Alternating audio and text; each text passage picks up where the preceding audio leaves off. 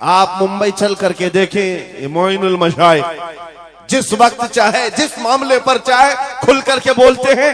या अगर मैं बोलता हूं, बात सिर्फ इतनी है मेरे अजीजों, हक बोलने के लिए खून साफ होना चाहिए और माँ बाप अच्छे होने चाहिए। नारे तकबीर, नारे रिसालत, उर्से सरकार शाहे मीरा, मुहाफिज़े नामूसे रिसालत। हलाल खून हो और माँ बाप सही नस्ब के हो। हक बोलने में डर किस बात का है, खौफ किस बात का है? मैं बात इसलिए कह रहा हूं, कोई अगर किसी देहात से किसी जगह से निकल करके आया हुआ होता, हालात का मारा हुआ होता और आकर के किसी जंगल में कोई घर बनाने की कोशिश कर रहा होता, तो तुम ये कहते बांग्लादेश से आया है बेचारा, बर्मा से आया हुआ है बेचारा, ये उस आस्थाने से आया है जहां वक्त के बादशाह भी अपनी निस्बत पर फख्र करते हैं। शाह सिमना का सैयद रईस अशरफ को क्या कमी थी? क्या माँ बाप कमजोर थे? क्या खानदान कमजोर था? क्या उनके पास नसब की कमी थी या दौलत की कमी थी? कुछ न हो करके अगर सब छोड़कर एक जंगल में आकर आबाद होता है, यह आले रसूल की शान है, यह आले रसूल की शान है। इसलिए मैं आपको बिला मुबालगा ये बात कह रहा हूं। मुझे फख्र है इस बात के लिए क्योंकि मेरे बाप ने बचपन से हमें 3 चीजें सिखाई है जो रसूल पाक की हदीस है। मेरे आका ने फरमाया, अल्लिमू औलादकुम सलासा खिसाल, हुब्ब नबीयिकुम व हुब्ब अहली बैतिही व तिलावतल कुरआन। मेरे आका ने फरमाया, अपने बच्चों को 3 बातें सिखा करके जाना। नंबर 1, अपने नबी की मोहब्बत सिखाओ। नंबर 2, नबी की अहले बैत की मोहब्बत सिखाओ। और नंबर 3, कुरान पाक सिखा कर जाओ। हमें बचपन से हमारे माँ बाप ने ये तालीम दी है, इसीलिए आप इस चीज को महसूस करें। मेरे लिए जो सरमाया आखिरत है, जिसको मैं समझता हूं, यही वो मिंबर है जहां मेरे इधर भी उधर भी वो सादात बैठे होते हैं जो करंट से ज्यादा मुझे पावर दिया करते हैं। आज आपको क्या लगता है मेरे बाजुओं में जो ताकत नजर आती है, एक ही वजह है, मेरे बाप ने अहले बैत के कदमों में बैठना सिखाया है, उनका एहतराम सिखाया है। और मुझे इस बात पर नाज है, हजारों कोशिशें कर ली दुनिया ने मुझे झुकाने की, मुझे झुकने नहीं देता धर्म ज़हरा के बच्चों का। नारे तकबीर, नारे तकबीर, नारे रिसालत, नारे हैदरी। अल्लामा मुफ्ती सलमान आसारी, अल्लामा मुफ्ती सलमान आसारी और से सरकार शाहे मीरा, लब्बैक लब्बैक लब्बैक या रसूल अल्लाह, लब्बैक लब्बैक या रसूल अल्लाह, लब्बैक लब्बैक लब्बैक या रसूल अल्लाह। मैं उन चीटरों से कहना चाहता हूं जो अपने जमात में बैठकर गद्दारी करते हो, अगर तुम्हें अहले बैत के चेहरों पर भी निफाक है, इनकी मोहब्बत में तुम्हारे अंदर बुग़्ज़ है, तो फिर अपनी आखिरत का सोचो, अपनी आखिरत का सोचो। किसके पास जाओगे, किसके पास जाओगे? आपको पता है उमर इब्ने खत्ताब व अमीरुल मोमिनीन, जिसके रौब से कैसर और किसरा कांपते थे, हजारों नहीं लाखों का लश्कर एक नाम से थर्राता था, लेकिन वही वक्त का खलीफा अमीरुल मोमिनीन उमर इब्ने खत्ताब जिस वक्त मिंबर पर खड़े होकर मस्जिद नबवी में खिताब कर रहा है, रसूलुल्लाह का बेटा, हम गरीबों का गमगुसार हुसैन आजम तशरीफ लाते हैं। मस्जिद में आकर मिंबर पर देखा और कहा, मेरे बाप के मिंबर से उतर जाओ, अपने बाप के मिंबर पर जाओ। ये किसने कहा? हजरत उमर ने नहीं कहा बच्चा कहां से आ गया। हुजूर के इंतकाल के बाद अहले बैत का सिलसिला खत्म हुआ, फौरन वक्त का खलीफा उतर आता है। अमीरुल मोमिनीन मिंबर से नीचे आ गए, घुटने जमीन पर रखा, घुटने जमीन पर रखा और कहा, शहजादे आपने बिल्कुल सच कहा, यह मिंबर आपके बाप का है, यह आपके नाना का है, मेरे बाप का कोई मिंबर नहीं। उमर के पास जो कुछ है वो आपके नाना का है, जो कुछ भी है वो आपके नाना का है। खाते हैं इनके घराने का, भोंकते हैं इनके घराने पर। ये न मिजाज फारूकी है, न ये मिजाज सिद्दीकी है। आपको मैं बताऊं, फिर हजरत उमर ने क्या कहा, अगर शहजादे आप इजाजत दे दें तो मैं मिंबर पर चढ़ूं। उनके सामने बोलने की जसारत किसकी थी? लेकिन रसूलुल्लाह की आल हमारे लिए सरमाया आखिरत है। ये नबी पाक की आल की मोहब्बत ईमान की अलामत है। बेटा उमर फारूक रज़ी अल्लाह ताला अन्हु का है, आम नहीं है, वो भी सहाबी रसूल है, सहाबी रसूल हैं। बाहर किसी मामले में तकरार हो गई इमाम हुसैन के साथ, वो हजरत अली के बेटे, ये हजरत उमर के बेटे। आपको ऐसा लगता हो तो सुनो, हजरत उमर तो खिलाफत पर थे, हजरत अली नहीं थे उस वक्त। हो सकता है छोटी उम्र में कुछ बहस हो गई, बहस होने के बाद ये तकरार हुई तो इमाम हुसैन ने अब्दुल्ला बिन उमर, हजरत उमर के बेटे को सिर्फ इतना कहा, तुम मेरे से क्या बहस कर रहे हो, तुम्हारा बाप मेरे नाना का गुलाम है, तुम्हारा बाप मेरे नाना का गुलाम है। हजरत उमर के बेटे को यह बात लगी कि कैसे मुझे ये टॉन्ट, कैसे मुझे ये ताना। दौड़ करके आए हजरत उमर के पास, कहा बाबा आज अली के बेटे हुसैन ने क्या कहा पता? कहा क्या कहा बेटा? कहा हमारी तकरार हो रही थी, इसमें उन्होंने बुला करके मुझसे ये कहा कि तू मुझसे किस बात पर लड़ता है, तेरा बाप तो मेरे नाना का गुलाम है। हजरत उमर ने कहा ऐसा कहा उन्होंने, ऐसा कहा? कहा सच कह रहा हूं बाबा, ऐसा ही कहा। कहा बुला लाओ हुसैन, बुला लाओ। तलब किया गया, इमाम हुसैन को बुलाया। बेटा हजरत उमर का, हो सकता है उस वक्त उनको ये ख्याल हो कि शायद जज्र तौबीक हो जाए, डांट डपट हो जाए। हजरत उमर आते हैं, कहते हैं ए हुसैन इब्ने अली, ये मेरा बेटा जो कह रहा है क्या ये बात सच है? क्या आपने इसको ऐसा कहा कि तेरा बाप मेरे नाना का गुलाम है? इमाम हुसैन ने कहा हां सच बोलता हूं, हाँ मैंने कहा। कहा कह के बताओ कैसे कहा, कह के बताओ कैसे कहा? कहा मैंने इनसे कहा तेरा बाप मेरे नाना का गुलाम। हजरत उमर ने कहा और एक बार कहो। फिर कहा और एक बार कहो। उसके बाद उमर इब्ने खत्ताब की आंखों से आंसू निकले। कहा अपने बेटे को क्या बेहतरीन तकरार करके आया है, ये हुसैन यहां गवाही दे रहे हैं, कल क़यामत के दिन ये इतना कह दे मेरी जिंदगी वसूल है।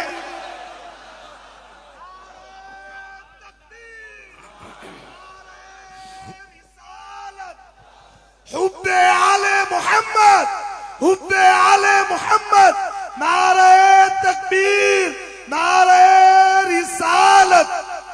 सच बता रहा हूं, डॉक्टर साहब यहां आकर के अभी जो लंगर की कैफियत बता रहे थे, और उनके पढ़ने से पहले मैं भी लंगर खा के आया। आपको एक सच्ची बात बता रहा हूं, शाह मीरा के सामने मिंबर पर बैठा हूं, मुझे आखिरी वक्त तक ये ख्याल नहीं हो रहा था कि मैं किस बात पर बात करूं, मैं बयान किस चीज पे करूं। मैंने जो कुछ शुरू किया था शायद ये शाह मीरा ने मुझसे बुलवाया। अब सुनो, जो कुरान पाक की मैंने आयत पढ़ी, रब ने फरमाया वअतसिमू बिहब्लिल्लाहि जमीआ, ऐ लोगों सब के सब अल्लाह की रस्सी को मजबूती से पकड़ो। अल्लाह की रस्सी क्या है? क्या ये आसमान से नीचे लटकती है? कोई रस्सी है जिसको पकड़ना है? मुफस्सिरीन से पूछो, कुरान की तफसीर करने वाले कहते हैं अल्लाह की रस्सी मुहम्मदुर रसूलुल्लाह है और उनकी अहले बैत है। उनके अहले बैत को अल्लाह की रस्सी कहा गया है। सबके सब मिलकर के अगर इस रस्सी को पकड़ ले, मेरे अजीजों, ये इख्तिलाफात, ये इंतशारात, ये जिस कदर आज हमारे दरमियान तफर्रुकात शायद नहीं होते। हमारा मरकज, हमारा मावा, हमारा मलजा एक ही है। इस मिंबर ने आज लोगों को यह सिखाने की कोशिश की है, तुम जिस तरह मशरब और सिलसिलों में बट करके ये समझते हो कि मेरा खित्ता अलग है, इसका खित्ता अलग है, मेरे अजीजों ये एक पूरा सिलसिला है, 700 साल पुराना सिलसिला, 700 साल पुराना सिलसिला। मगर इस मिंबर पर बैठ करके इश्क मोहब्बत के नारे लगवा रहे हैं। वजह यह नहीं है कि यहां की कोई पब्लिसिटी है, बल्कि यह बताना है इसलिए कि अहले बैत ही ये जानते हैं जो हमारे नाना की कदर करेगा हम जिंदगी भर उसकी कदर करेंगे। आपको क्या लगता है आला हजरत का नाम, उनके मसलक का नाम रोटी सेकने के लिए लिया जाता है? मेरे अजीजों, आला हजरत का नाम, मसलक आला हजरत का नाम इसलिए लिया जाता है, डाल दी कल्ब में अजमत मुस्तफा सैयदी आला हजरत पे लाखों नारे तकबीर, नारे रिसालत, इश्क मोहब्बत, इश्क मोहब्बत, इश्क मोहब्बत, इश्क मोहब्बत, उर्से सरकार शाह मीरा। मुझे मेरे मुर्शिद गिरामी हुजूर ताजुश शरिया रहमतुल्लाह ताला अलैह एक बात कह करके मिस्र भेजे थे। जाने के वक्त कहा था नाम की कोशिश मत करना, हुजूर का काम करना। और उन्होंने ये शेर पढ़ करके कहा था, आखिरी महफिल थी उस वक्त, मेरी तालिब इल्मी की जमाने की बात कर रहा हूं, ये पढ़ करके बयान किया था। आला हजरत को देखना, उन्होंने ये खुद कहा है, बेनिशानों का निशान मिटता नहीं, मिटते मिटते नाम हो ही जाएगा। आला हजरत उस सिक्के राइजुल वक्त का नाम है जिसने हर दिल पर राज किया, हर खानकाह पर राज किया है।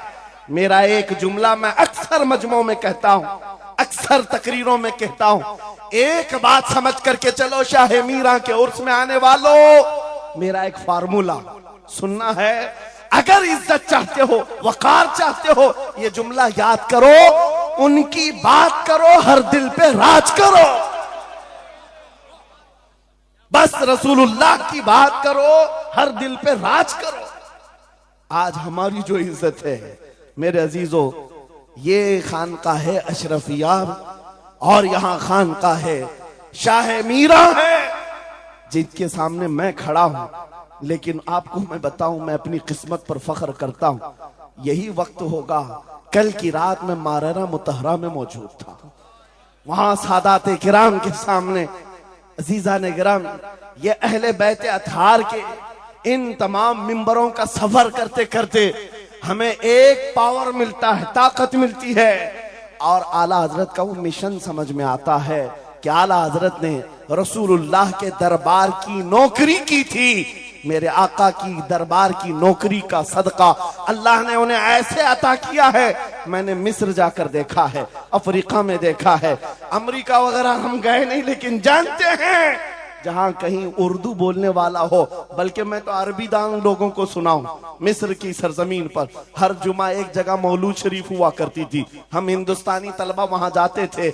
मिस्र के रहने वाले उस्ताद हैं, जब महफिल मीलाद खत्म होती कहते हैं हिंदुस्तानी तलबा को खड़े हो जाओ, वो पढ़ो मुस्तफा जाने रहमत पे लाखों सलाम, वो पढ़ो। हम पढ़ते थे मगन होकर। एक बार मैंने उनसे पूछा था कि हुजूर आपको समझ में आता है ये सलाम? ये तो उर्दू में लिखा हुआ है, उर्दू बोलने वाले ही पूरा नहीं समझ पाते, आप समझते हैं? कहते हैं समझने की जरूरत नहीं, इश्क की बोली हर जमाने में हर जगह एक ही होती है। इश्क में बोला हुआ वो कलाम है, अरबी हो कि हिंदी हो, दिल को समझ में आने लगती है। मैं ये बात कहने जा रहा हूं मेरे अजीजों, उस रस्सी को मजबूती से पकड़ो, इख्तिलाफात नजर नहीं आएंगे, बात खत्म हो जाएगी। आज से 2 साल कबल एक कुत्ता यहां पर हिंदुस्तान में भौंकता था, खिंजीर का बच्चा जब नबी पाक की शान में भौंकता था, इस फकीर ने उसे ललकारा था। मेरा नाम, मेरी इमेज लोगों के सामने है, मैं वाकया तफसील से नहीं बता रहा हूं, मैं अपनी बात आपके सामने ये रखना चाहता हूं। जिस वक्त उस खबीस मलऊन को पुकारा, आपको पता है हम तो एक छोटे से इलाके से उसको पुकारे थे, लेकिन निशाना सटीक जाकर लगा और उसके बाद कुत्ता बिलबिलाया भी, मैदान में आने की बार बार कोशिश करता रहा, लेकिन अब तक वजूद नहीं है। लेकिन उसके बाद मैंने देखा है महीना, 2 महीना, 3 महीने गुजरे होंगे, हर मुल्क से, अफ्रीका से, ऑस्ट्रेलिया से, न्यूजीलैंड से, अमेरिका से, हर जगह से लोगों ने मुझे मैसेज भी किए, खुतूत अरसाल किए, वहां से रिसाले भेजे और दादो तहसीन के साथ दुआएं दी। लेकिन साथ एक बात मैं बता रहा हूं, उन जमातों के बड़े बड़े लोग जिनसे हमारा कोई रिश्ता ही नहीं है, उनके बड़े बड़े अमीरों ने भी लेटर पैड में लिख करके दिया, कहा मौलाना आप बरेलवी हैं, आपसे हमारा इख्तिलाफ है, लेकिन जिस नबी पाक की शान के लिए आप खड़े हैं, हम सब छोड़कर आपके साथ खड़े होने को तैयार हैं। हम आपके सामने आज ये बात कह रहे हैं, ऐ सुन्नियों, हम तो दूसरों को बुला भी नहीं रहे, हम तो तुम्हारे इत्तेहाद की बात कर रहे हैं, लेकिन इत्तेहाद का नुक्ता एक है, जब तक तुम एक एक छोटे खूंटे को पकड़े रहोगे, हर कोई तुम्हारे साथ उलझता रहेगा। उस अजीम दरख्त को पकड़ लो जिसकी जड़ें तहतुस्सरा में है, जिसकी शाखें औजे सुरैया पर है, और वो मोहम्मदुर रसूलुल्लाह की जात। उस नाम को मजबूती से पकड़ो, जिसको इकबाल ने क्या बेहतरीन अंदाज में बताया, आबरूए मां जनाम मुस्तफास्त, हम सबकी इज्जत आबरू मुस्तफा के नाम से। अगर ये बात पर इत्तिफाक हो जाए, सारी चीजें भूल जाओगे, सारी चीजें भूल जाओगे। मेरे अजीजों, आज मुझे इस बात पर कोई भी आपत्ति नहीं, जरा बराबर भी झिझक नहीं। हो सकता है कुछ लोगों को ऐसा लग रहा हो कि डरे सहमे स्टेज पर आए होंगे, यहां पर बड़े बड़े खानकाए अशरफिया के सादात मौजूद हैं, उनसे हम ये बात खुल करके कहते हैं। मेरे अजीजों, हम डरे सहमे स्टेजों पर जाने वालों में से नहीं हैं, जहां जा रहे हैं खुल करके जाते हैं, और ये बात देख करके जाते हैं, जहां मेरे नबी की अजमत बोली जाएगी वहां हम अपनी गर्दनें झुका कर जाएंगे। यहां पर मिशन आला हजरत को तरवीज दिया जा रहा है। आला हजरत का वही तो मिशन था। क्या मिशन था आला हजरत का, जो आपने अपनी जिंदगी भर दिया है? अपने दिल का है उन्हीं से आराम, सौंपे हैं उन्हीं को सबका, लौ लगी है कि उस दर के गुलाम चारे दर्द रजा करते हैं। आला हजरत फाजिल बरेलवी का वो मिशन यहां से दिया जा रहा है। मैं यहां से एक मजबूत मैसेज देना चाहता हूं, हमारे सारे सिलसिले या हमारी अजमत के लिए, हमारी जीनत के लिए, लेकिन सारे सिलसिलों की इंतहा मदीने तैयबा है। सारे सिलसिलों की इंतहा मदीने तैयबा है। तुम्हारा पीर जितना भी बड़ा हो, देखने में बहुत बड़ा भी दिखता हो, लंबा चौड़ा जुब्बा पहनता हो, बड़ा अमामा भी पहनता हो, सब कुछ हो, लेकिन अगर नबी का वफादार नहीं तो वो कुत्ते से जलील है। पीर नहीं है, वो कुत्ते से जलील है। और अगर तुम्हारा पीर पैबंद लगे, कपड़े उलझे भाल में है, लेकिन उसके सामने बैठो तो नबी की याद आने लगे, ये सिलसिला हक्का की अलामत है। हुजूर पाक सल्लल्लाहु तआला अलैहि वसल्लम हमारा महवर है, मेयार है। तुम जहां कहीं जाकर के आओ, घूम करके आओ, इस बात पर तुम्हें आज जमा होना चाहिए, इस बात पर जमा होना चाहिए। हुजूर पाक सल्लल्लाहु अलैहि वसल्लम की अजमत बोलो, हर दिल पर राज करो। आज सदियां बीत गई, एक कलाम सबको याद है। अभी मैं आपको बताऊं, 2 साल पहले किस कुत्ते ने क्या भौंका हुजूर की शान में, लोग भूल गए। हो सकता है, और भूलना भी चाहिए, याद रखने की चीज ही नहीं। आपको तो थोड़ा बहुत याद होगा, दिल्ली से भौंकता था, कोई लखनऊ से भौंकता था, नबी की शान में गुस्ताखी करता था। ये तो तुम्हारे जमाने की बात कह रहा हूं, 2 साल में भूल गए, लेकिन 1400 साल पहले आशिक रसूल ने कहा था, वह अहसनु मिन कलम तरक़त्तु आइनी व अजमलु मिन कलम तलिदिन निसाउ खुलिक़्त मुबर्रअम मिन कुल्लि ऐबिन कअन्नका कद खुलिक़्त कमा तशाउ। हस्सान बिन साबित रसूलुल्लाह के सहाबी हैं, हुजूर को देखकर कहा था आपसे ज्यादा हसीन मेरी आंखों ने देखा नहीं, आपसे ज्यादा खूबसूरत किसी माँ ने जना नहीं। ये कलाम आज भी गूंजता है, हर एक को पता है। पता ये चला नबी की अजमत बोलने वाला हमेशा जिंदा रहता है और भौंकने वाला मौसम के कीड़ों की तरह गायब होता है, खत्म हो जाता है। इसलिए कौन सी जिंदगी चाहिए, देख लो आपके सामने मिसालें हैं, इसलिए मैं जिक्र करता हूं, वरना मैं अपने ये मुकद्दस स्टेज गलीज लोगों के जिक्र से नापाक भी नहीं करना चाहता, किसी के नाम लेकर के, वरना डर की बात नहीं, डर से नहीं। आपको पता है एक राफजी कुत्ता दीन बदल कर निकला था लखनऊ से, धर्म परिवर्तन और मीडिया की सुर्खियां बटोरने के लिए हॉट कुर्सी पर जाकर बैठकर, ये सब प्रोपेगेंडा है। उनको ये लगता था कि खलबली मच जाएगी 30 करोड़ मुसलमानों।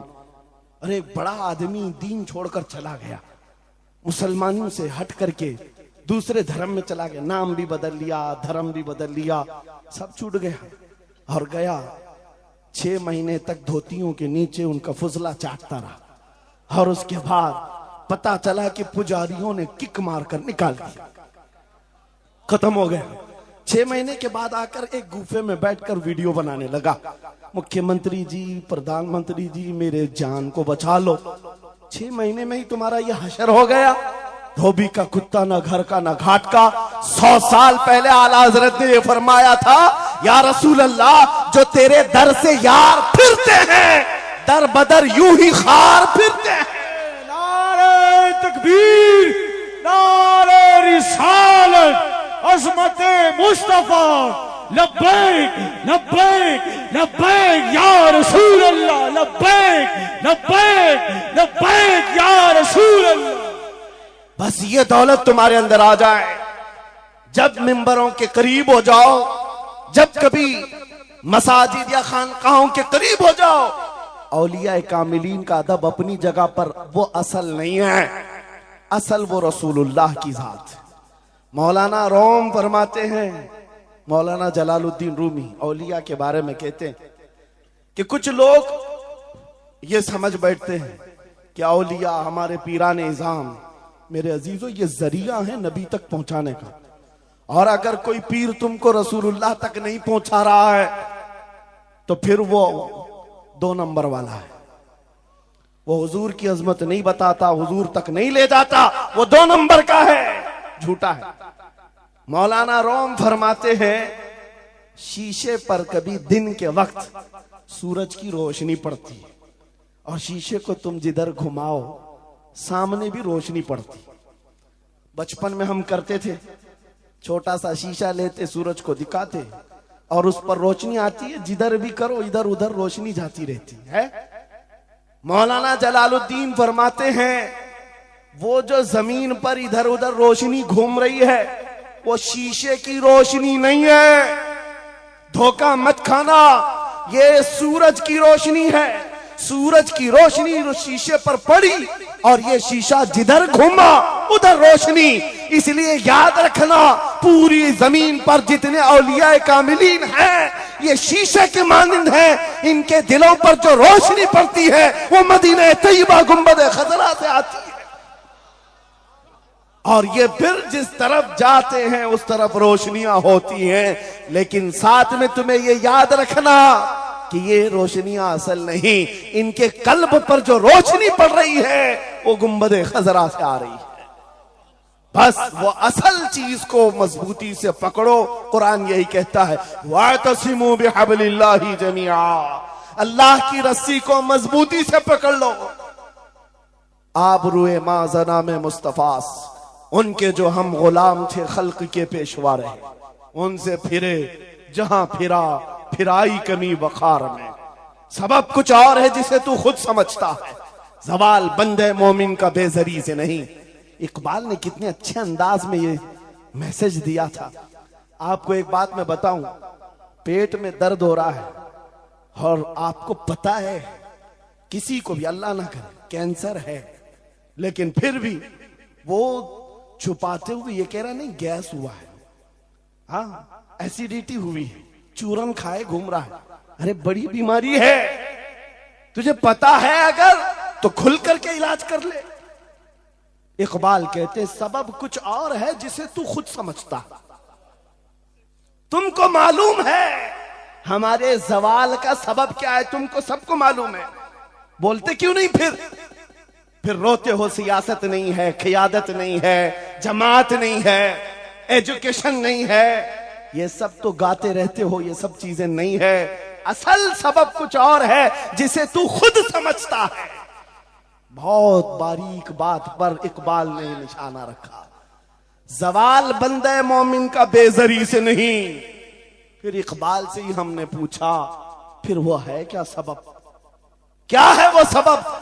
इकबाल ने कहा उनके जो हम गुलाम थे खल्क के पेशवा रहे, यही है जिससे तू दूर हुआ और फिर आज जलील हुआ। सबब कुछ और है जिसे तू खुद समझता है। आ जाओ नौजवानों, उस सबब को हम हल करते हैं। 10 साल के करीब यूरोप की गलियां छान मारते हुए इकबाल वापस अपने वतन आया। वहां के यूरोपियन को देखा, उनके साइंस, उनके रियाजी, उनके फिजिक्स, उनके ज्योग्राफी, सब चीजों को देखा और कहता है मैं तो ढूंढ रहा था मेरी कौम की इज्जत कहां है, मेरी कौम की बुलंदी कहां है।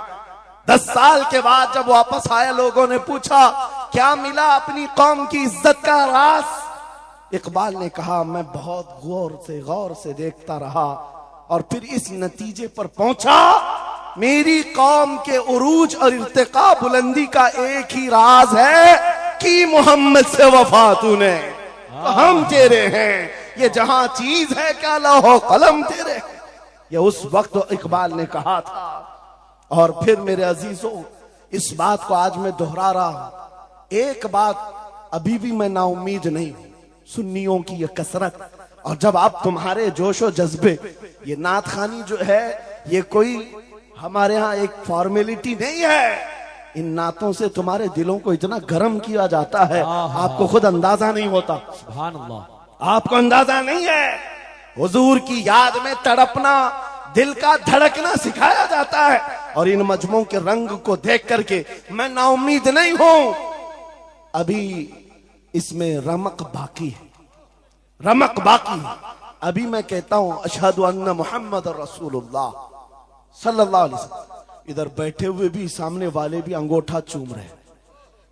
मैंने नाम मेरे मुस्तफा का लिया, लेकिन कहा क्या मैंने आपको कि आप भी चूमो?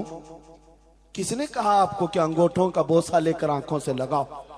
किसने कहा? अरे मैंने कहा भी नहीं, ना तमहीद बांधा। इधर नाम लिया, बेइख्तियार अंगूठे उठ गए। बेइख्तियार लबों को छूम लिया तुमने, लबों से अंगूठों को चूम कर आंखों से लगाया। यह इस बात की अलामत है गुनहगार हो गए, गद्दार नहीं है। नारे तकबीर, नारे रिसालत, नारे हैदरी, उर्से सरकार शाहे मीरा, मुहाफिजे नामूसे रिसालत।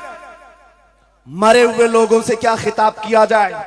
जिंदगी बाकी है, इसीलिए तो घूम घूम कर आपसे खिताब कर रहे हैं। और इस उम्मीद के साथ कि इकबाल ने यह भी कहा था कि निकलकर सहरा से जिसने उलट दिया था तख्ते रोमा को, सुना है कुदसियों से मैंने कि वो शेर फिर होशियार होगा।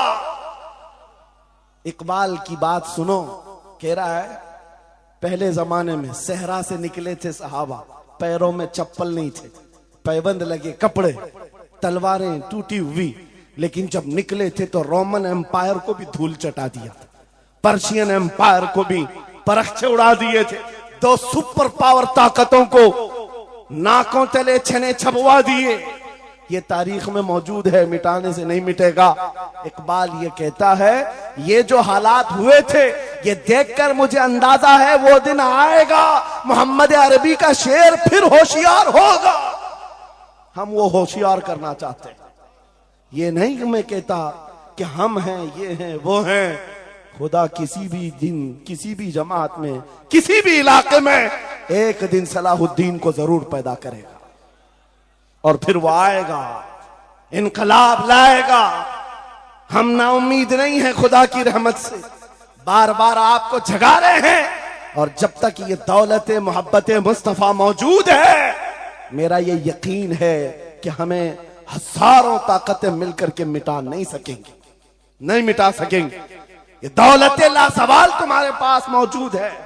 आप नहीं देखते आज हालात बड़े खराब हैं। डॉक्टर साहब हमारे मेहमान हैं, लेकिन आपको पता है यहां के हालात इनके ही पड़ोसी, बल्कि इनकी बिरादरी के लोग जो नात खां हैं, मशहूर नात खां, हमसे पूछ रहे थे कि मौलाना आप जो है कुफार और मुशरिकीन के नरगे में हैं और वहां पर आप इस तरह से बोलते हैं, कैसे बोलते हैं?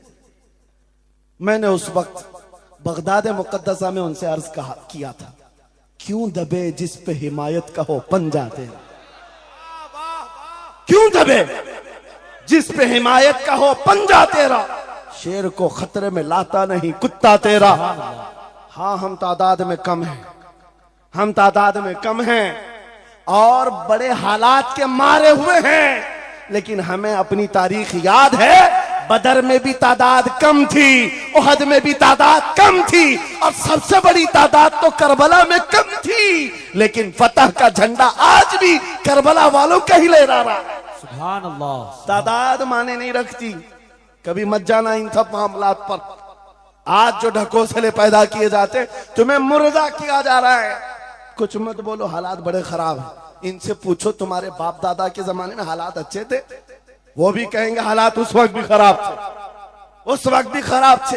अरे सुबह अजल की बात कर रहा हूं, इस्लाम का सूरज तुलू हुआ कि मक्का के हालात खराब ही थे, मदीने हुजूर हिजरत करके गए, हालात खराब ही थे। मैं आपको बताऊं, मेरी फिक्र करने वाले उलमा बड़े बड़े सादा बहुत दुआ करते हैं, लेकिन साथ में ये भी कहते हैं थोड़ा सा एहतियात से, क्या आपका होना यहां कौम के लिए जरूरी, इफादा इस्तिफादा लोगों का चलता रहेगा, फायदा होता रहे। मैं एक बात कहता हूं, मैं तो बहुत छोटा सा, बल्कि मैं कोई घास के लायक भी नहीं। इमाम हुसैन का होना कितना जरूरी था। सहाबा कराम के जमाने में अहले बैत का वो सबसे बड़ा चेहरा इमाम हुसैन का होना जरूरी था कि नहीं था? उस वक्त भी ये कहा था सहाबा ने, मक्का से जब करबला जा रहा था ये काफिला, हाथ जोड़कर कहा था मौला हुसैन मत जाएं, आप रसूलुल्लाह की निशानी है, आप मत जाएं, आपसे खल्के खुदा को फायदा होगा। मेरे अजीजों, मैं ये बात आज कहता हूं, हमारी कोई वकात नहीं, हमारी कोई हैसियत नहीं जो ये समझता है अपनी कुटिया बचाने के लिए कि हमारे होने के बाद बहुतों का फायदा होगा।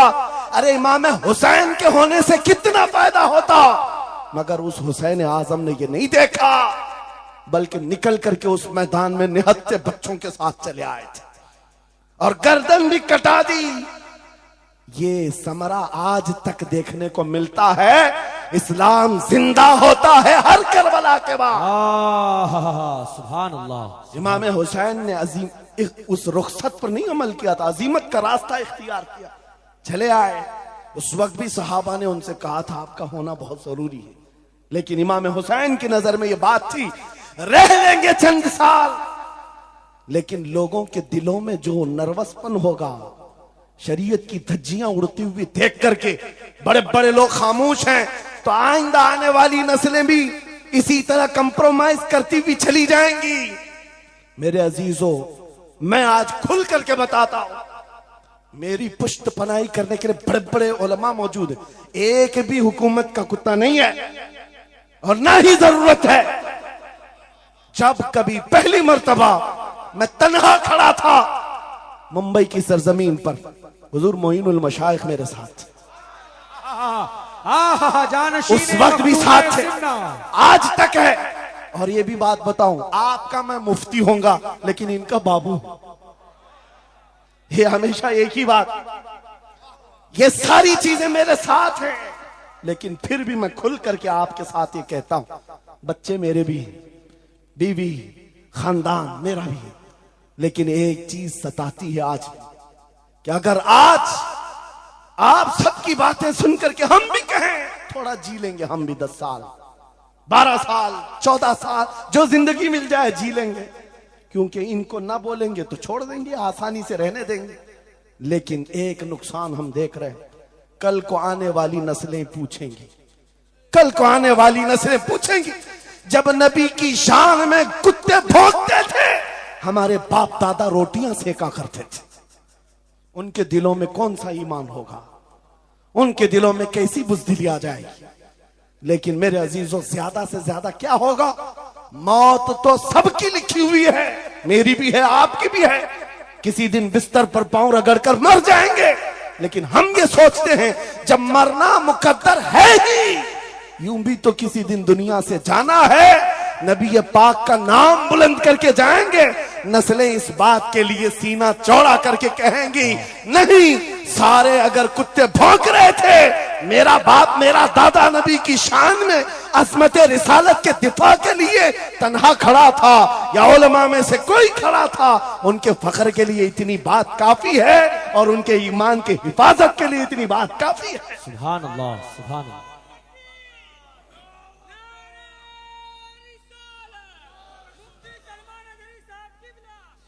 इस अज़मत रिसालत के लिए आपको क्या समझ में आता है, बहुत दिन हो गए हमारे आराम के, बहुत दिन हो गए सुकून के, नबी के नाम पर हमने रोटियां बहुत खाई, हुजूर की इज्जत पर क्या क्या नहीं मिला हमको। कौन से दिन तकलीफ आई है, कौन सी दिन तकलीफ आई है। ये अहले बैत को देख रहे हो, आपको पता है वो बाबुल हवाइज इमाम मूसा काजिम, अहले बैत के इस बड़े इमाम की बात कर रहा हूं जो इमाम जाफर सादिक के बेटे हैं, लेकिन 7 साल तक वक्त के जालिम तागूती ताकतों ने जेल में रखा, जहर देकर के खत्म किया है। आपको पता है इमाम मोहम्मद बिन हसन अस्करी, जिनको जहर देकर के खत्म किया गया, अहले बैत था जिन्होंने 20-20 साल जेल काटी है। रसूलुल्लाह के शहजादे थे वो, रसूलुल्लाह की आल थे, आज तो लाखों में है, उस वक्त तो नबी के शहजादे चुनिंदा थे, पूरी दुनिया के वो मरकज थे, लेकिन जेलों में 20-20 साल गुजारे, किसी को 10 साल, किसी को 12 साल, किसी को 20 साल। आपको पता है इमाम मूसा काजिम को जंजीरों से भी मारा गया था, जंजीरों से। आप अपने बाप को मार खाता हुआ देख करके नहीं बर्दाश्त कर पाते, हमारे वो अजीम इमामों की बात कर रहा हूं जिन्होंने मेरे नबी की शरीयत की दिफा के लिए जेलों की जिंदगी, हत्ता के रिवायत ये बताती है मौला इमाम मूसा काजिम का जनाजा भी जेल से निकला। मेरे अजीजों, ये सब क्या बातें सिर्फ बयान करने के लिए रह गई। उलमाए ज़वील एहतराम इस मनसब को हाथ समझें, आज ज्यादा से ज्यादा यही होगा। इसी किछोछा मुकद्दसा के एक बुजुर्ग थे जो मेरे बहुत बड़े आइडियल है, सैयद मुजफ्फर हुसैन कछोछवी।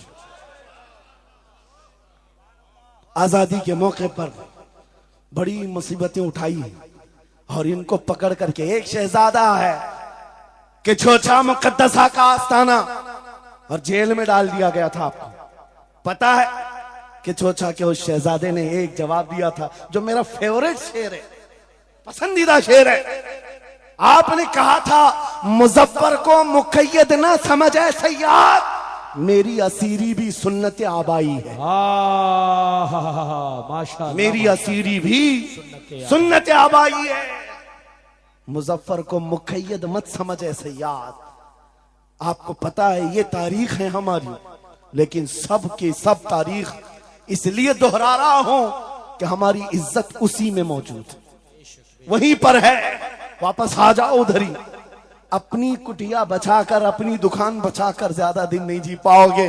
हुजूर के नाम का दिफा करो, सुबह कयामत तक मौला नाम जिंदा रखेगा। सुभान अल्लाह। हाँ, अपनी हिफाजत के लिए बहुत सारे लोग हैं, अपनी अपनी फिक्र करने वाले। नबी की इज्जत और नामूस पर पहरा देने वालों की तारीख मिटाई नहीं जाती। हजारों मिटाने की कोशिश भी कर लो, वो मिटते नहीं है। आज आपको पता है पैरों से माजूर खादिम हुसैन को कौन नहीं जानता। लोगों को डर भी लगता है उनका नाम लेने में कि गरजता था बंदा और खुद व्हील चेयर पर बैठता, लेकिन लाखों को खड़ा होना सिखा दिया। किस बात पर? क्या अपने बाप के कसीदे पढ़ता था? क्या अपने खानदान के कसीदे गुनगुनाता था? एक ही बात, रसूलुल्लाह की अजमत पर बात, हुजूर की इज्जत पर बात करो तो फिर पता चलता है 8 साल के बच्चे से लेकर 80 साल के बूढ़े के दिल में भी अल्लाह खुद मोहब्बत डालता है। वाह सुभान अल्लाह, खुद मोहब्बत डालता है।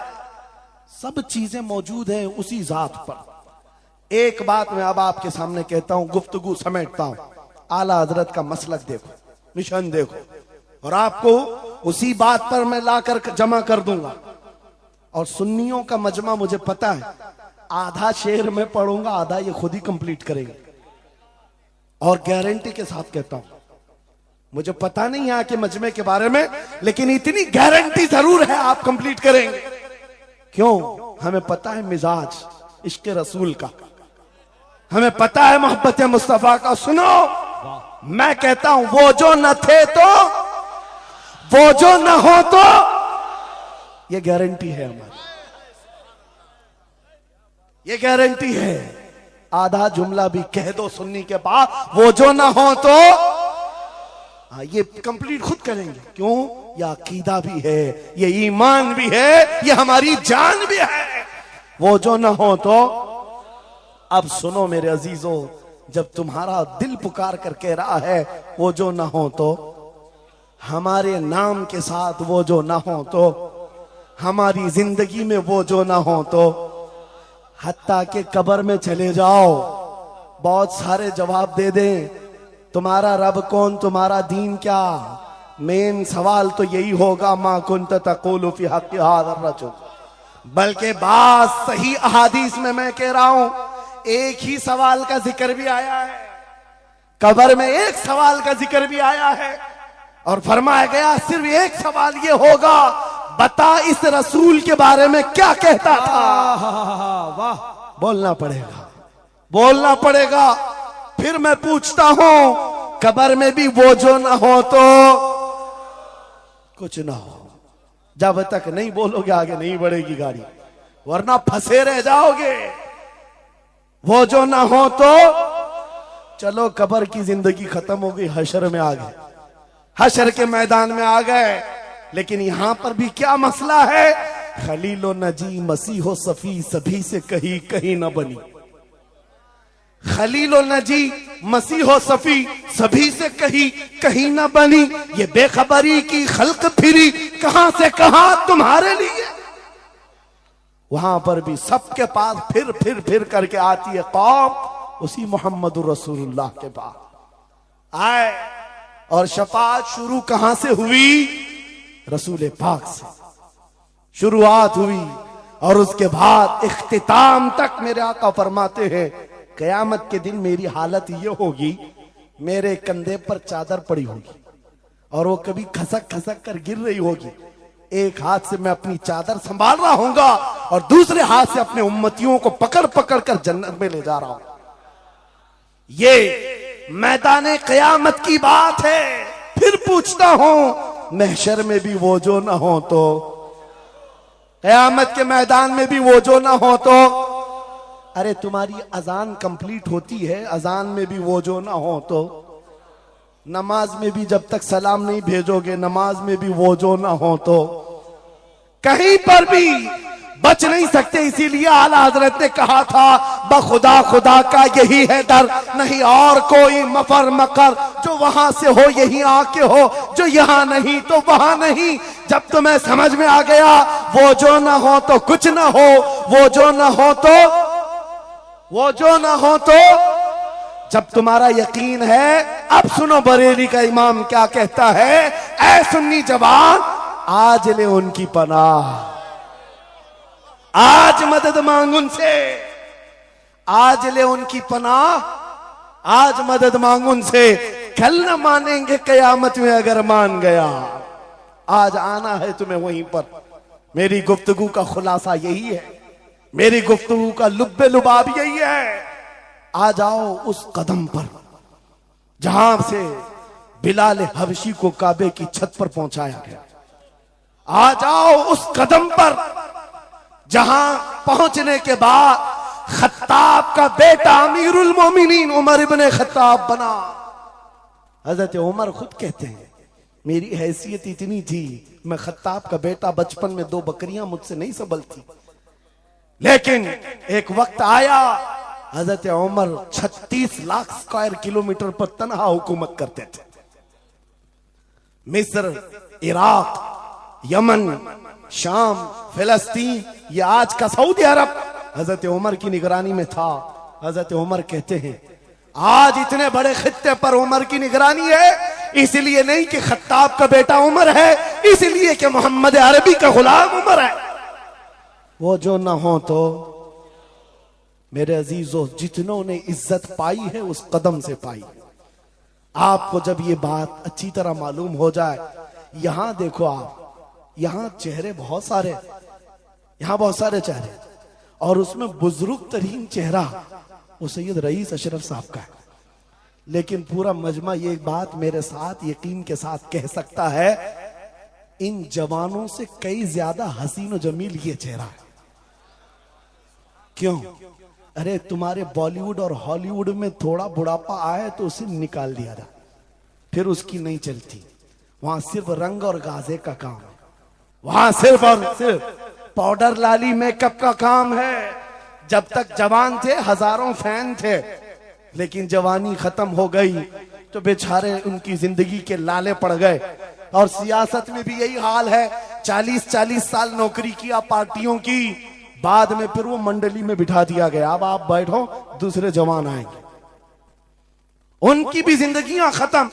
लेकिन एक बात है, नबी पाक का जो गुलाम होता है वो 80 साल का भी हो जाए, उसके अंदर ना पुरानापन आता है ना बुढ़ापा आता है। सुभान अल्लाह। इज्जत वैसी ही बरकरार है, खूबसूरती वैसी ही है, 80 साल का हो कि 90 साल का हो। अरे 75 साल की उम्र में हमने हुजूर ताजुश शरिया को देखा है, और जिन आंखों ने उन्हें देखा होगा वह इस बात की गवाही देते हैं, 1 लाख खूबसूरत जवानों को एक तरफ रखो और एक तरफ ताजुश शरिया को, और देखने वाले की निगाहों को टटोल कर देखना, वो 1 लाख की तरफ नहीं, इस 75 साला उस अजीम हुस्न को देखने में मां होगा जो हुस्न पाउडर और लाली का नहीं है, इश्क मुस्तफा से मिला हुआ। इज्जत रसूलुल्लाह के कदमों से, उनकी वाबस्तगी से है, तो फिर छोड़कर ये दर बदर क्यों ठोकर खाते? कहां ये बॉलीवुड और हॉलीवुड के चक्कर में पड़ गए? कहां तुम टिकटॉक पर मुजरे करने लग गए? कहां तुम गाने में अपनी जिंदगियां बर्बाद करके अपने दिल में निफाक पैदा करने लग गए? अरे ताश के पत्ते, जुए के अड्डे, शराब की बोतलें, ये तुम्हारी शान नहीं, ये तुम्हारे लिए ज़ेब नहीं देखता। और एक बात याद रखो, तुम जिन इलाकों में रहते हो बहुत सारे दूसरों को देखते हो, वो नाच रहे हैं तो हमको भी नाचना चाहिए, वो ऐसा कर रहे हैं तो हमको भी ऐसा करना चाहिए। शेरों को, कुत्तों को कभी देखना नहीं चाहिए। जो शेर है वो अपनी बिरादरी को देखता रहे, कुत्ते को देखता रहेगा तो फिर अपना शेरपन भी भूल जाएगा। इसलिए याद रखो, तुम खैरे उम्मत हो, तुम्हारा लक़ब कुरान में आया है। तुम नचनियों को मत देखो, शराबियों को मत देखो, जुआरियों को मत देखो, वो गाने पे कैसे थिरकते हैं, वो कैसे नाचते हैं, ये तुम्हारा मतलब नहीं है। तुमको अगर देखना है, खालिद बिन वलीद को देखो, सलाहुद्दीन अय्यूबी को देखो, शिहाबुद्दीन गौरी को देखो, औरंगजेब को बार बार देखो, बार बार देखो। इसलिए कि उन अजीम हस्तियों को देखने वाला ये समझ में आ जाएगा उसे, ये सारी इज्जतें जो है उन नौजवानों ने जो हासिल की, वो सलाहुद्दीन अय्यूबी हो कि खालिद इब्ने वलीद हो कि शिहाबुद्दीन गौरी हो कि औरंगजेब हो कि शहीद टीपू सुल्तान हो, ये सब की इज्जतें मुस्तफा के नाम से, हुजूर के नाम से हैं। आपको पता है खालिद बिन वलीद 125 जंगें लड़े, 125 में से एक भी शिकस्त नहीं खाई अपनी जिंदगी में। उनकी तलवार का वजन 35 किलो का है और ढाल का वजन 40 किलो का है, और उनके पूरे जिस्म में एक बालिश्त जगह भी बाकी नहीं जहां जख्म न लगाओ। जंग मौता में एक ही जंग में 9 तलवारें टूटी, पीछे कदम कभी नहीं हटा। एक जंग में ऐसा हुआ था कि 2 काफिर सर पर आ गए थे और अमामा गिर गया था। गर्दन पर तलवार थी, कट जाती, तलवार की तरफ नहीं देखा, अमामा उठाने के लिए चल पड़े, उठा लिया, फिर सर पर रखा, उन काफिरों की तलवारें नीचे रह गई। हैरत में पूछा कि ये शहसवार है इस्लाम का, सिपह सालार है, और ऐसी बड़ी गलती छोटा सिपाही भी नहीं कर सकता। जब तलवार गर्दन पर हो तो ये टोपी और अमामा उठाएगा। सामने के पहलवानों ने पूछा, ऐसी बड़ी गलती हमने छोटे फौजी से भी नहीं देखा, तुम तो सिपह सालार हो, ऐसी गलती कैसे कर सकते हो? खालिद बिन वलीद का जवाब, यही मेरा मकसद है। फरमाया, तुम क्या समझते हो खालिद बिन वलीद अपने बाजुओं की ताकत से लड़ता है? हरगिज नहीं। इस अमामे में मेरे रसूल पाक के 3 मुंह मुबारक हैं। माशाअल्लाह। मेरा यकीन है जब तक ये सर पर होते हैं मुझे ताकत देते हैं। नारे तकबीर, नारे रिसालत, अजमते सहाबा। अजीजा ने गिरामी वकार, बस आ जाओ इस नुक्ते पर। जिंदगी पूरी टटोल कर देखना, हर बड़े किरदार की तुम्हें एक ही उनसुर नजर आएगा, जिसने नबी पाक पर जितना अपनी फिदाइयत का इजहार किया, मौला ने उसको उतना ही बुलंद किया, उतना बुलंद किया है। अरे बीमारी के आलम में लकवा, फालिज, ये बहुत अजीब खतरनाक बीमारी, हाथ भी नहीं उठता, पैर भी नहीं उठता, इलाज भी नहीं होता। लेकिन ऐसी बीमारी में भी अस्कंदरिया की सरजमीन से शरफुद्दीन बूसीरी ने पुकारा था, मुहम्मदुन सय्यदुल कौनैन वस्सक़लैन वल फरीक़ैन मिन अरब व मिन अजमी, मौलाया सल्ली व सल्लिम दाइमन अबदा अला हबीबिका खैरिल खल्क़ि कुल्लिहिम। 170 अशार लिखकर अपने नबी की बारगाह में अपनी मोहब्बत का इजहार किया था। जानते हो, नबी आए भी और अपना हाथ फेर करके लकवा और फालिद से सही भी किया और चादर भी इनायत किया। लेकिन जिस वजह से मैं ये बात कर रहा हूं, आज पूरी दुनिया में घूम आओ, अफ्रीकी हो कि अमरीकी हो कि हिंदी हो कि पाकिस्तानी हो, लेकिन एक कसीदा सबको याद है, मौलाया सल्ली व सल्लिम दाइमन अबदा अला हबीबिका खैरिल खल्क़ि कुल्लिहिम। मैंने बहुत तहकीक करके देखा, शरफुद्दीन बूसीरी का ये कसीदा अक्सर को समझ में नहीं आता, लेकिन गुनगुनाता हर कोई है, पढ़ता हर कोई है। पता ये चला कमाल बूसीरी का नहीं है, जो नबी की अजमत बोलता है मौला उसे सलामत रखता है, सुभान अल्लाह, जिंदा रखता है। आला हजरत जिंदगी भर मेरे नबी का नाम लेते रहे, आज मजमू में उनका नारा है। हमारे मजमे उनके नारे के बगैर कंप्लीट भी नहीं होते।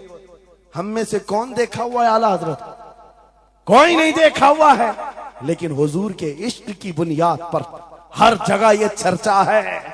इसीलिए मेरे अजीजों, आओ खिराज अकीदत पेश करते हैं उस बारगाहे मुस्तफा में, और इस बात का अज़्म करके चलेंगे, ये तमाम इख्तिलाफात हटा दो, खत्म कर दो, एक चीज पर जमा हो जाते, जो चीज रसूलुल्लाह ने सहाबा में डाली थी। हजरत बिलाल हबशी को सुना है, जानते हैं ना? हबशी थे, काले थे, चौड़े होंठ वाले, चौड़ी नाक वाले जो हबशी होते हैं उनको हबशी कहा जाता है। हजरत बिलाल हबशी थे और एक साहबी हजरत अबू जर, इन दोनों के दरमियान झगड़ा हो गया, छोटा सा झगड़ा। झगड़े के दरमियान हजरत अबू जर ने सिर्फ इतना कहा, या उम्मत सौदा, या इब्न उम्मत सौदा, ऐ काली मां के बेटे। हजरत बिलाल को इतना कहा, काली मां के बेटे। हजरत बिलाल को यह बात लग गई और दिल में ये बात रखा और हुजूर की बारगाह में आकर कहा, या रसूल अल्लाह, दिल दुखता है। कहा क्यों? अबू जर ने आज कहा, ऐ काली मां के बेटे। हुजूर जलाल में आए, मस्जिद में आए, मिंबर पर आए, कहा बुलाओ अबू जर। आए और हुजूर पाक सल्लल्लाहु अलैहि वसल्लम ने डायरेक्ट जो फरमाए, हदीस के अल्फाज हैं, अफीकल जाहिलिया, क्या अभी भी तुम्हारे अंदर जमाने जहालत की बुराइयां हैं? 3 बार कहा और उसके बाद हुजूर गजबनाक होकर जैसे ही अंदर गए, हजरत अबू जर तड़पने लग गए, बेकरारी, दौड़ करके आए, हजरत बिलाल का हाथ पकड़ा। कहां है बिलाल? हजरत बिलाल मिल गए तो हाथ पकड़ करके ले आए। मैं किस लिए कह रहा हूं, कान खोल के सुन। छोटी छोटी बातों पर मशाइख से उलझ जाते हो, बड़े बड़ों को आज बदतमीजी के साथ बात करते हो। साहबा में हुजूर ने जो मोहब्बत डाली थी किस बुनियाद पर? हजरत बिलाल का हाथ पकड़कर हजरत अबू जर ले आए मस्जिद में। कहा, हो बिलाल, गलती हो गई, मैंने तुमको इब्न उम्मे सौदा कहा, काली मां का बेटा कहा। हजरत बिलाल कहते वो बात हो गई, खत्म हो गई। कहा नहीं, खत्म नहीं हुई, मेरे नबी नाराज हैं, आका नाराज हैं। फिर क्या किया? हजरत बिलाल ने कहा मैंने माफ कर दी। हजरत अबू जर कहते हैं ऐसे नहीं, ऐसे नहीं। हजरत अबू जर नीचे जमीन पर सो गए। कहा बिलाल, तुम अपना ये काला पांव, इसका तलवा मेरे चेहरे पर रगड़ो, चेहरे पर रगड़ो, ताकि मुझे एहसास हो कि मैंने किससे उलझा है, किससे उलझा है। अपने आप को नीचे लिटा दिया। कहा बिलाल, अपना पांव मेरे चेहरे पर रखो, एहसास जब हो जाए नबी के गुलामों। हजरत बिलाल कंधे पकड़कर उठाते हैं। कहा अबू जर क्या कर रहे हो, मेरा पांव तुम्हारे चेहरे पर, अल्लाह कभी ना करे, आओ सीने से सीना मिलो, मैं जिसका गुलाम हूं उसके तुम भी गुलाम हो। सुभान अल्लाह। यह उनकी इज्जतें थी। एक ही महवर था वो नबी पाक की इज्जत, एक ही मरकज था। काश वो चीज अगर आज आ जाए, ये सब भूल जाएंगे इख्तिलाफात। असल बात ये, जिहालत इतनी भरी हुई है, ये छोटे छोटे तबकों में बट करके पता नहीं किसको किसको कोसते रह जाते हैं। अरे जिसको बोलना हो उसको बोलने से पहले इतना तो सोचो, नबी की बात करता है, हुजूर का गुलाम है, आशिक रसूल है। लेकिन एक बात, तुम खराबियां छोटी सी भी पा लेते हो तो चर्चा करते हो, इतना चर्चा करते हो। क्या ये फरिश्ते हैं? हर एक से गलतियां हैं, हर एक की गलतियां हैं। जितना चर्चा एक गलती को लेकर करते हो, कसम खुदा की बताओ, अपने दिल पर हाथ रखकर उसकी एक अच्छाई मिले तो क्या इतना चर्चा करते हो? क्यों नहीं करते? इसका मतलब है दिल बीमार है तुम्हारा, जाती हसद है, जिसको लेकर किसी को टॉन्ट करते हो, किसी को तानाजनी करते हो। सोशल मीडिया इस पर भरा पड़ा हुआ है, नए नए मुफत्तिन इस तरह के मुनाजिर आए हुए हैं। फितना अंगेज लोग, वो अपने दिलों का इलाज करें, वरना मुनाफिकत आ जाएगी, मुनाफिकों में शुमार होगा। अरे तुम्हारी एनर्जी गुस्ताखाने रसूल के लिए रखो, आशिकाने रसूल के लिए नहीं।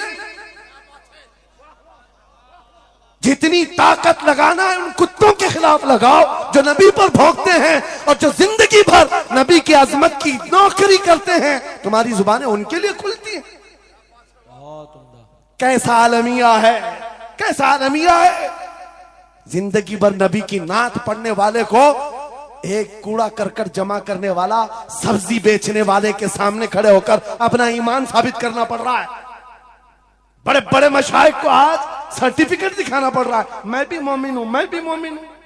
और किसके सामने? गली कूचों पर, नुक्कड़ पर बैठ करके मुनाजरे करने वालों पर, जिनके ईमान का कोई ठिकाना नहीं। लेकिन मैं आपको कहता हूं, इन गद्दारों से अपने आप को बचाओ। नबी की आजमत जिसके पास देखो, सारे इख्तिलाफात भूल जाओ, उसकी इज्जत करो, उसकी इज्जत करो। इसलिए कि कल क़यामत के दिन तुम्हें जब खड़ा होना है शफाअत के लिए, तुम भी उसी नबी को पुकारोगे, वो भी उसी नबी को पुकारे। लेकिन एक बात सुन करके जाओ, मेरे आका ने फरमाया मेरा उम्मती, ये नहीं कहा मेरी अहले बैत, अहले बैत का मकाम बहुत बुलंद है।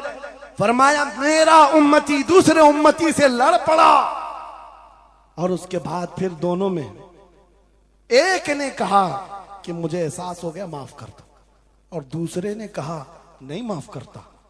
हुजूर फरमाते हैं कल क़यामत के दिन वो मेरी शफाअत के करीब ना आए, वो मेरी शफाअत के करीब ना आए। नबी को कितना एहसास है तुम्हें जोड़ कर रखने का, तुम्हारे इत्तिहाद का। हुजूर पाक ने 3 दुआएं की थी मस्जिद इजाबा के पास, एक दुआ नहीं पहुंची, जिसमें वो यही दुआ थी कि अल्लाह मेरी उम्मत को इख्तिलाफात से बचा। ये इम्तिहान है उम्मत का, लेकिन नबी को सबसे ज्यादा इस बात का शौक था कि मेरी उम्मत मुत्तहिद रहे। ऐसा शौक नबी पाक का कि सहाबा को तकरार करते हुए देखना पसंद नहीं करते, सफों में दरार पसंद नहीं करते। आपको पता है हुजूर उस वक्त तक रकात नहीं बांधते जब तक सफें पूरी दुरुस्त नहीं करते। ये इत्तेहाद ही की तो बात थी, दिल से दिल जोड़ना, कंधों से कंधा जोड़ना। और आज हमारा हाल ये हो गया, इत्तेहाद की बात करो तो हम सुलह कुल्ली हो गए। मैं तो अहले सुन्नत व जमात आशिकाने मुस्तफा की बात कर रहा हूं। अरे छोड़ो उन खबीसों को, अपना इत्तेहाद तो कर लो, बहुत उम्दा, अपना इत्तेहाद कर लो। तुम्हारा हर बुजुर्ग पर इत्तेहाद है, गौस पाक तुम्हारे, गरीब नवाज तुम्हारे, मखदूम सिमना तुम्हारे, महबूब इलाही तुम्हारे, लेकिन इनके सब मानने वाले सब अलग। क्यों? ये सारे औलिया का मिशन एक ही है, अजमत रसालत, वाह, अजमत नामूस रिसालत। जब सबका मिशन एक है तो फिर अपने दिल का इलाज करने की जरूरत है। आज बस दिल का इलाज करो। कहीं ऐसा तो नहीं कि शैतान हमें लायानी बातों में मुलविस कर रखा है। तुम्हारा पूरा का पूरा सर घुमा कर रख दिया गया है। जिन चीजों में तुम्हें अपनी एनर्जी खर्च करनी थी, शैतान कहीं और लगा दिया। इसीलिए कुत्ते खुल करके मैदान में आने लग गए। उनको पता है जिस दिन ये मोहम्मद अरबी के शेर जमा होने लग जाएं तो फिर इनका जीना हराम कर रखेंगे। तुम्हें हजारों इख्तिलाफात में डाल रखा है और बाज़ाब्ता इसकी प्लानिंग होती। इस हलके को अलग हर एक में एक फित्तीन भेजा जाता है जो उसके मुर्शिदों को ये गाली दे, इधर का एक उनके मुर्शिदों को गाली दे, और फिर ये अंगार भड़काए रखे। ये उलझते रहें, उलझते रहें, उलझते रहें, और कुफ्फार और मुशरिकीन अपने नापाक मंसूबों से इस्लाम को गालियां दें, कुरान को गालियां दें, रब को गालियां दें, नबी को गालियां दें। आज ये आलमिया है या नहीं? तुम पीर के खिलाफ बात सुन करके भड़क जाते हो और नबी के खिलाफ बात सुनकर खामोश बैठते हो। कैसा आलमिया आ गया? अगर तुम इस तरह की टुकड़ियों में घेर दिए गए, महसूर हो गए, तो समझ लो कि बर्बादी बहुत करीब है, बहुत करीब है। बगदाद में ये हो चुका है, गरनाता में ये हो चुका है। उलमा को लड़ाया गया था, अलग अलग जमातें बनाई गई थी, बाज़ाब्ता उसमें शिया सुन्नी अलग अलग तबकात बनाए गए। क्योंकि एक बुजुर्ग ने कहा था अपने बेटे को, लकड़ियों का एक गट्ठा दिया बंधा हुआ, बेटे से कहा बेटा इसको खोलना नहीं, तोड़ देना। तोड़ने की कोशिश किया, उसका घुटना फूट गया। उसके बाद वो आया कई घंटों के बाद, कहा बाबा टूटता नहीं। कहा खोल दे रस्सी। रस्सी खोला, गट्ठा था लकड़ियों का। कहा अब तोड़। एक एक को तोड़ा, आधे घंटे में टूट गए। बुजुर्ग ने कहा बेटा मैं ये उम्मत मुस्तफा की मिसाल देना चाहता, अगर ये रस्सी में मजबूत बंधे हो, बड़ी सी बड़ी ताकत इनको तोड़ने आए अपना खुद बर्बाद कर जाएगी। लेकिन अगर तुम खुल गए तो चंद दिनों में कस्तों में सफाया होगा।